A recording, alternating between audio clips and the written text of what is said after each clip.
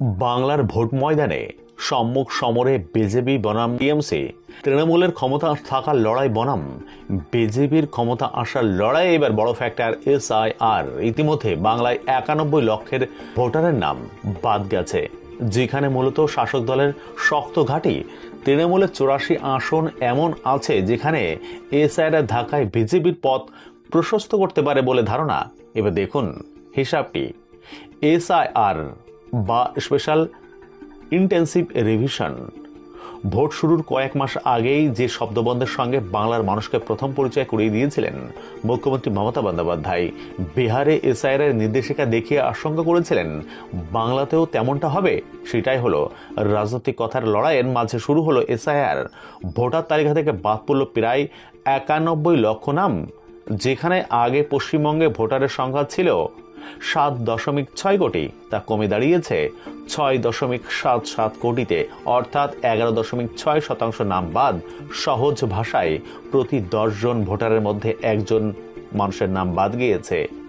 SIR তালিকা আসার পর থেকে জেলায় জেলায় বিক্ষোভ, অভিযোগ অন্যায়ভাবে নাম কাটা গিয়েছে বলে।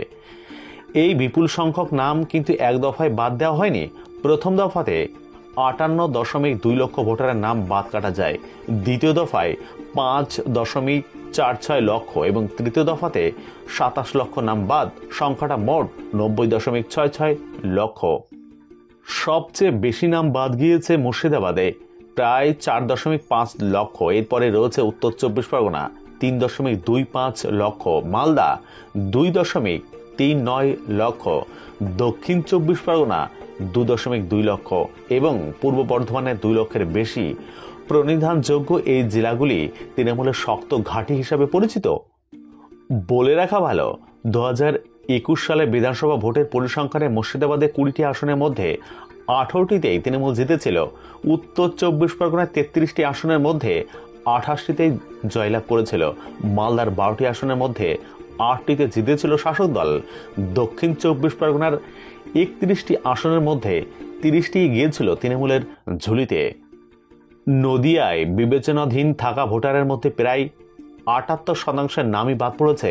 হুগলিতে এই হার 70%-এর বেশি, পূর্ব বর্ধমানে 57%, উত্তর 24 পরগনায় 55% এবং পশ্চিম বর্ধমানে 53%-এর বেশি। কলকাতাতেও পড়েছে এসআইআর আজ।